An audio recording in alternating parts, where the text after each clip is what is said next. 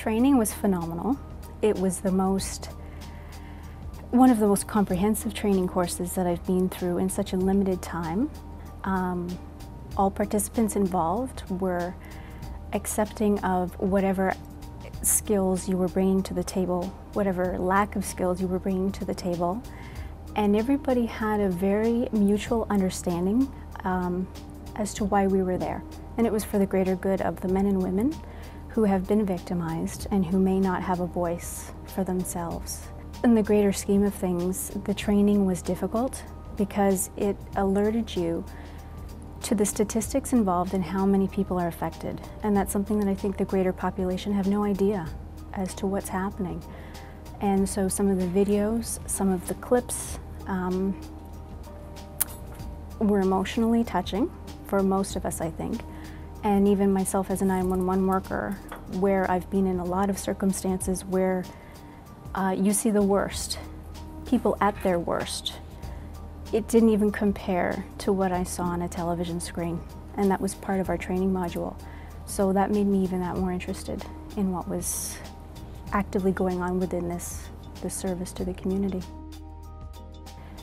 To a great extent, the most difficult part for me is determining whether or not they're safe, knowing whether or not they're telling the truth and not hiding something because they're ashamed or embarrassed. And that seems to go hand in hand with a lot of victims that encounter this type of violence. That's difficult when you, maybe in your gut, know that something's not right, and yet the person continues on maybe with a different directive when you ask a question or when you follow through with a question. You sort of want to bring it back to a similar point and they evade it, and without being invasive, you still have to respect that boundary. So it's a very fine line between overstepping what you're allowed to do and what they're willing to provide you in order to help them. The courage of people who have been victims in the past or present, their willingness to disclose information that I think a lot of people wouldn't, and the ability for people to actually come forth, because I know I've been so fortunate in my own life to not have been a victim of this type of circumstance. But everybody at some point is a victim of some sort of violence or has witnessed a violent act. And it's one thing to be on the outside looking in and to report something. It's another thing entirely to be in that person's shoes in that particular moment and to have the courage to step forward and ask somebody for help, no matter how significant you may feel it is or however insignificant. And I think that's probably the greater opinion of most people. They think, well, it just kind of happened, when in fact it was a surmountable number of experiences that have probably led them up until this point at which they've allowed themselves to come forward and talk about it. It's become far more mainstream now, as we're finding, between men and women. And it's a taboo subject. It's simply not something that that I know is willing to talk about, even with me now. The level of violence, the level of hate, the escalation of violence that's occurred over the number of years, even in my experience on the road, is far greater than I think it ever has been.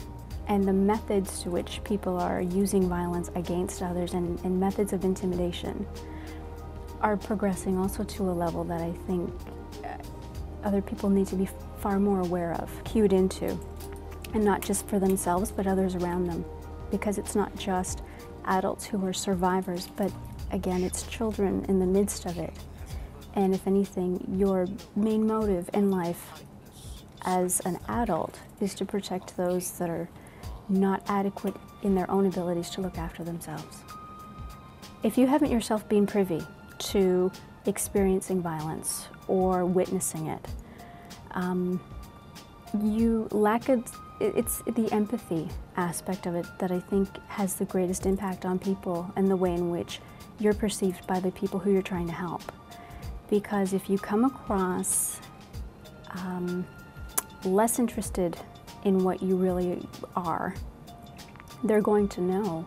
And these people have become far more receptive to people's behaviors towards them because they're overly sensitive to guarding themselves, which is completely understandable. The downfall to not having any experience in this would be to say the wrong thing at the wrong time, to make somebody feel as though they're not equivalent or equal to another person, or that their interests aren't justified like somebody else's is, which a lot of people tend to feel in that type of situation. I'd say the greatest impact on me thus far has been the amount of support that the Niagara Sexual Assault Center offers anybody. And that's something that I have not witnessed in my years of being a frontline worker. I've had several incidents with different staff members, different members of the 911 community, social workers, you name it, who may not have had the training or experience that the staff here have, not to take away from any of their abilities or their skills, but it takes a very distinct group of people with a very specific training in order to deal with people who have gone through these situations. And I think that's what affects me most, is just the level of compassion, the amount of empathy, and the openness and lack of judgment and unbiased behaviors that everybody displays to one another. And it's a very community-based group and a very supportive team player atmosphere, which I think is very rare today.